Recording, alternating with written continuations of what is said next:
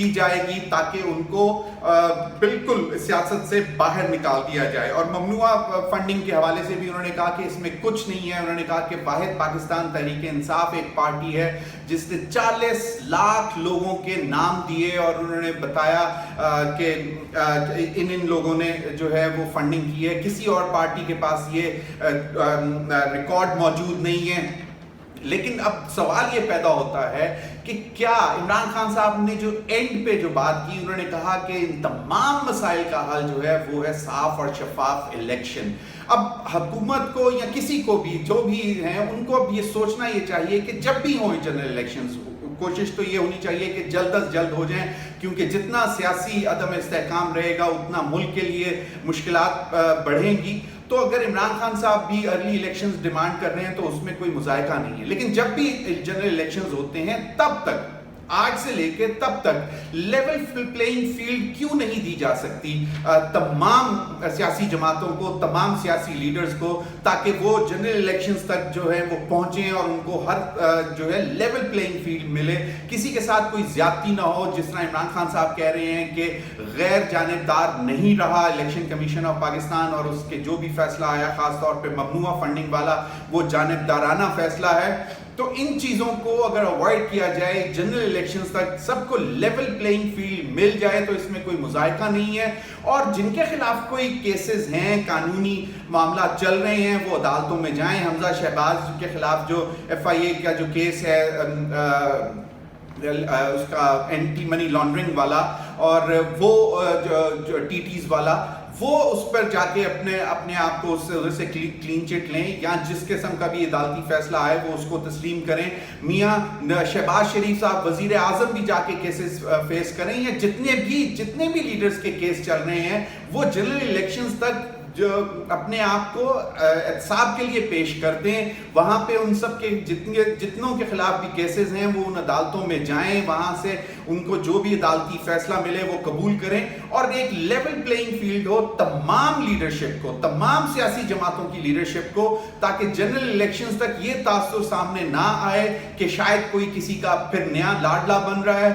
کیونکہ جب بھی یہ تاثر آتا ہے تو اس کے بعد چاہے جو بھی حکومت آئے تو پھر ایک انریسٹ رہتا ہے پاکستان میں, اور جمہوریت کو نقصان ہوتا ہے. تو اگر لیول پلینگ فیلڈ مل جائے سب کو, تمام سب کو, بلکہ عمران خان صاحب کو بھی چاہیے جو ان کے خلاف کیسز بنا رہی ہے حکومت, توشہ خانہ کے کیسز ہوں, ممنوعہ فنڈنگ کا کیس ہو, یا دیگر کیسز ہوں, وہ اس میں جائیں, عدالتوں میں جائیں, ان کو کلین چٹ ملے نہ ملے وہ فیصلہ تسلیم کریں.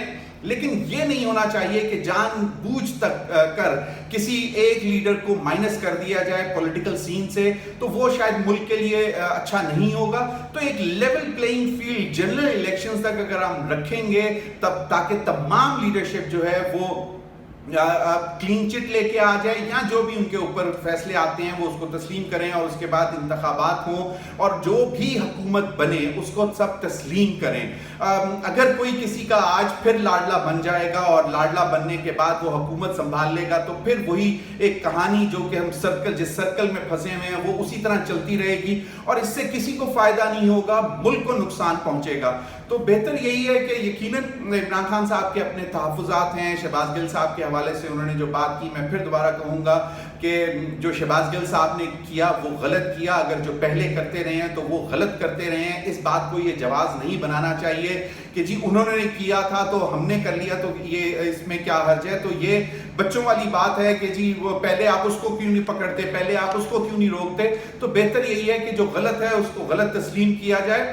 اور پھر یقیناً ایک چیز جو ڈیمانڈ جو عمران خان صاحب کو کرنی چاہیے وہ لیول پلینگ فیلڈ ہے. بلکہ میں بھی یہ سمجھتا ہوں کہ تمام اکراس دا بورڈ تمام پولیٹیکل پارٹیز کو لیول پلینگ فیلڈ ملے, جس میں وہ پھر آگے عام انتخابات میں جائیں, اور پھر جس کو عوام منتخب کرے وہ آئے, حکومت بنائے, اور پھر اس کو جو ہے اس کا احتساب کیا جائے, اس سے پوچھا جائے کہ جی آپ نے کیا کیا عوام کے لیے. اور اسی طرح جمہوریت جمہوریت جو ہے وہ پاکستان میں پلے پھولے گی. اور خاص طور پر میڈیا کو اگر ٹارگٹ کیا جائے گا تو وہ بھی کسی کے حق میں نہیں ہے. میڈیا کا کام ہے ڈائسینٹنگ آواز اٹھانا, حکمرانوں کے خلاف خلاف بات کرنا، جو وہ غلط کر رہے ہیں ان کے خلاف بات کرنا، کیونکہ یہی ایک آئینہ ہے جو کہ حکمرانوں کو یا کسی بھی لیڈر کو دکھایا جاتا ہے، اور وہ صرف اور صرف میڈیا ہے۔ میڈیا ایک ایسا آئینہ ہے جس میں حکمران یا سیاسی لیڈر جو ہیں اپنے آپ کو دیکھ کر صحیح کر سکتے ہیں۔ تو اگر آپ میڈیا